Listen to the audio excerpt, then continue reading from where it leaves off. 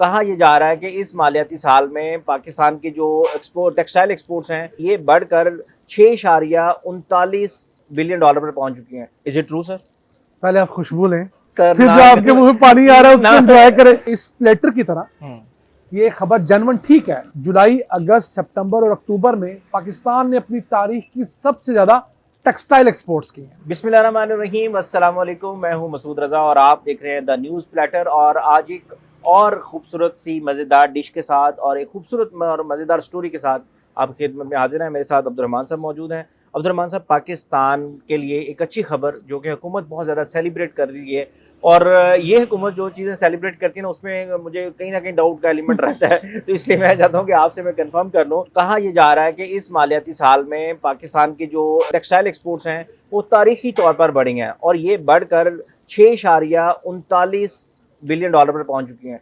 Is it true sir? पहले आप खुशबू लें सर, फिर जो आपके मुंह में पानी आ रहा है उसको एंजॉय करें। छोटे टेक्सटाइल एक्सपोर्ट्स को ना कराया करो, यकीन करो ना कराया करो। नहीं, अब इसके होते हुए कुछ और बनता है। सर तुसी ना अच्छा कर दे। मैं ये नहीं कहूंगा तुम ज्यादा कर दे। देखिए, आज के इस प्लेटर की तरह ये खबर जनवन ठीक है कि जो करंट मालियाती साल है जो जुलाई 2025 से शुरू हुआ है, उसके पहले 4 माह जुलाई, अगस्त, सितंबर और अक्टूबर में पाकिस्तान ने अपनी तारीख की सबसे ज्यादा टेक्सटाइल एक्सपोर्ट्स की हैं। वाह, इतनी हमने कभी जिंदगी में नहीं की। सर मैं इस पे डिटेल जाना चाहूंगा, लेकिन ये जो मुझे थोड़ा सा फिनोमेना समझा रहा है कि ये जो सडर सडर सडर की आ रही है आवाज, सिर्फ आपको छेड़ने के लिए हमने प्लेटर मंगवाया क्योंकि हमारे शो का नाम प्लेटर है। उस हमने ये उनकी आप ये बोटी प्लेटर समझ लीजिए, आप बारबेक्यू। सर ईमान ताज़ा कर दिया आपने। तो देखिए, अब आप ईमान ताज़ा करें। अच्छा, तो ये जो इसमें कोई शक नहीं, ये खबर ठीक है और हुकूमत की सेलिब्रेशन बनती भी है। सर, कितना इजाफा हुआ है अगर हम इसको कंपैरेटिव एनालिसिस करें कि पिछले साल से लेके अब तक जो टेक्सटाइल एक्सपोर्ट्स हैं उसमें कितना इजाफा हुआ है? अच्छा, ये पिछले साल के इन्हीं 4 माह का अगर डिस्कस करें हम लोग तो टेक्सटाइल एक्सपोर्ट्स थी 6 अरब 15 करोड़ डॉलर। ठीक है, उसकी निस्बत को समझें कि तकरीबन 250 मिलियन डॉलर का इजाफा है, 4% का इजाफा है। अभी सिर्फ 4 माह गुजरे हैं। हाँ, 4 माह पहले, अभी 5वें माह के फिगर्स नहीं आए हैं, यानी कि जो हमारा पिछला महीना था नवंबर का, उसके अभी अदाद-ओ-शुमार नहीं आए। लेकिन इसके साथ साथ एक और चीज भी बताना लाजमी है, हमारी जो टोटल एक्सपोर्ट्स है ना भाई, मैं सर ये इसी साइड पे आ रहा था कि अगर एक टेक्सटाइल पाकिस्तान की बैकबोन है, अगर पाकिस्तान की टेक्सटाइल की एक्सपोर्ट में इजाफा हुआ तो क्या उसकी वजह से हमारी ओवरऑल एक्सपोर्ट्स में भी इजाफा फिर हुआ? नहीं, बदकिस्मती से नहीं हुआ। हालांकि हमारी तारीख में हमेशा ये होता रहा है कि जब टेक्सटाइल एक्सपोर्ट बढ़ती हैं तो वो साथ ओवरऑल एक्सपोर्ट्स पे भी उसका इफेक्ट आता है। एग्जैक्टली। लेकिन 3-4 माह के अंदर हमारी जो टोटल अशिया की एक्सपोर्ट्स थी वो 4% कम हुई है।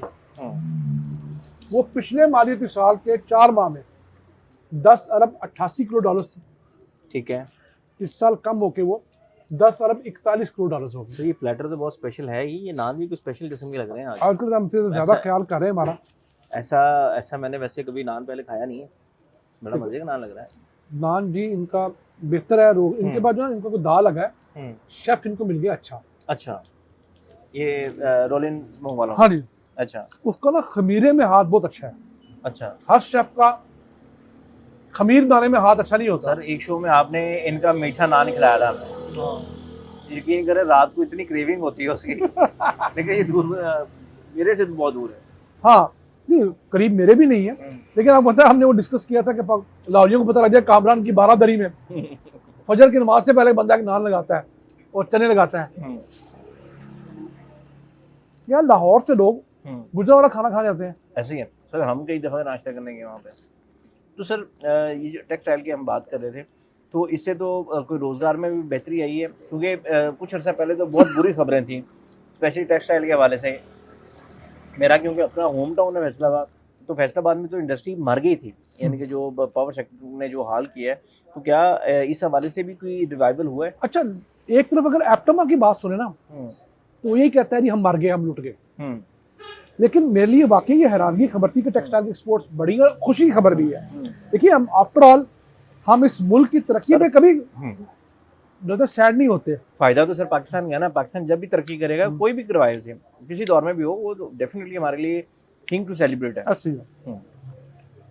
अब इस चीज को डिक करने की मैं कोशिश करूंगा कि बाकी इंडस्ट्री क्यों बंद हो रही है और ये जो इंडस्ट्री है ये इंडस्ट्री क्यों किस तरह इतना बेहतर सर्वाइव कर रही है। हाँ, एक चीज हो सकती है, जाहिर बात है कि अगर एक इंडस्ट्री कर रही है तो वो एक प्रेसिडेंट सेट कर सकती है फिर दूसरी इंडस्ट्रीज के लिए।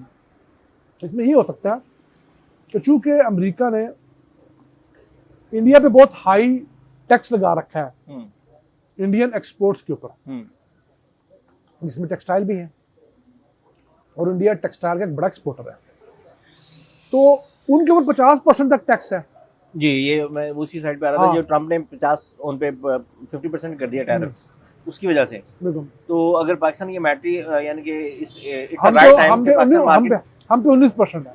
हाँ, तो हो सकता है तो ये तो टेक्सटाइल में हम लोगों ने उनका कुछ हिस्सा तोड़ा हो। पाकिस्तानियों के लिए बहुत बड़ी अपॉर्चुनिटी है कि पाकिस्तान के लिए it's a very right time कि अगर हम मार्केट ग्रैब कर सकें। बिल्कुल। और पाकिस्तान जैसा टेक्सटाइल जो है, स्पेशली अगर आप कपड़े की बात करते हैं या धागे की बात करते हैं, तो फैसलाबाद जितना अच्छा कपड़ा बनता है या जो धागा बनता है, तो वो तो पूरी दुनिया में उस जैसा कहते हैं कि चीज़ें नहीं बनती। नहीं, देखिए ऐसा भी नहीं है, क्योंकि हम इस खित्ते से इसको प्यार करते, हम कहते हैं दुनिया में हमसे बहुत शानदार कपड़ा बनता है, नो डाउट।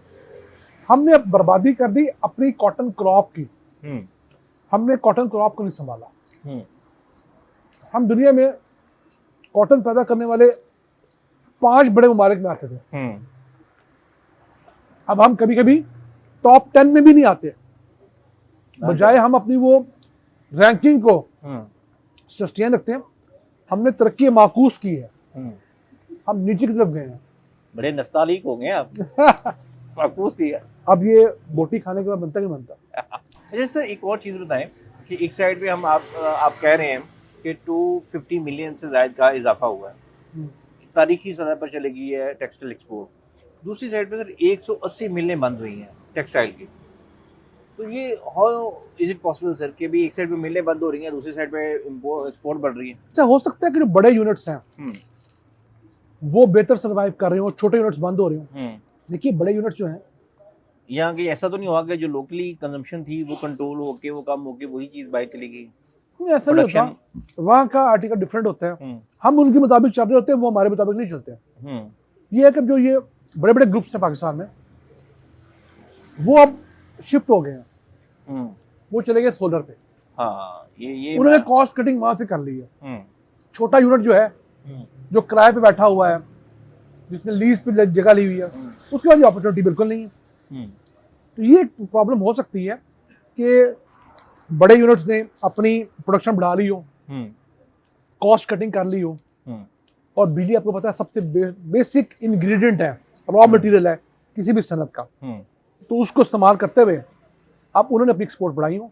मैं समझता हूँ कि इस चीज़ को सेलिब्रेट भी करना चाहिए और इसके साथ साथ इस चीज़ को देखना भी चाहिए कि हमारी ओवरऑल एक्सपोर्ट्स क्यों घट रही हैं। अभी ये जो 5वां महीना है, नवंबर गुजरा है, उसके फिगर्स आना बाकी है।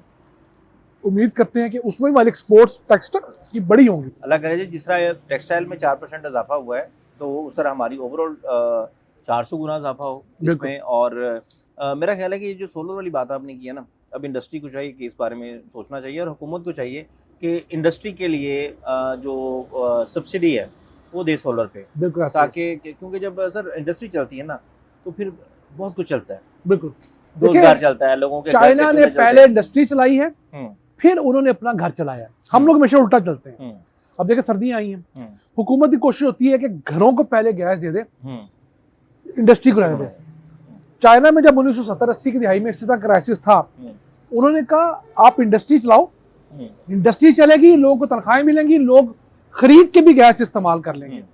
अगर इंडस्ट्री नहीं चलेगी तो लोगों को आप फ्री भी गैस दोगे तो उसके ऊपर पकाने के लिए सालन के पैसे वो कहाँ से लेकर आएंगे।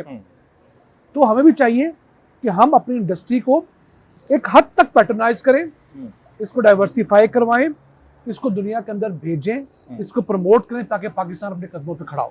अब्दुर्रहमान साहब, बहुत शुक्रिया, आपने उम्मीद दी है कि अच्छा हो सकता है।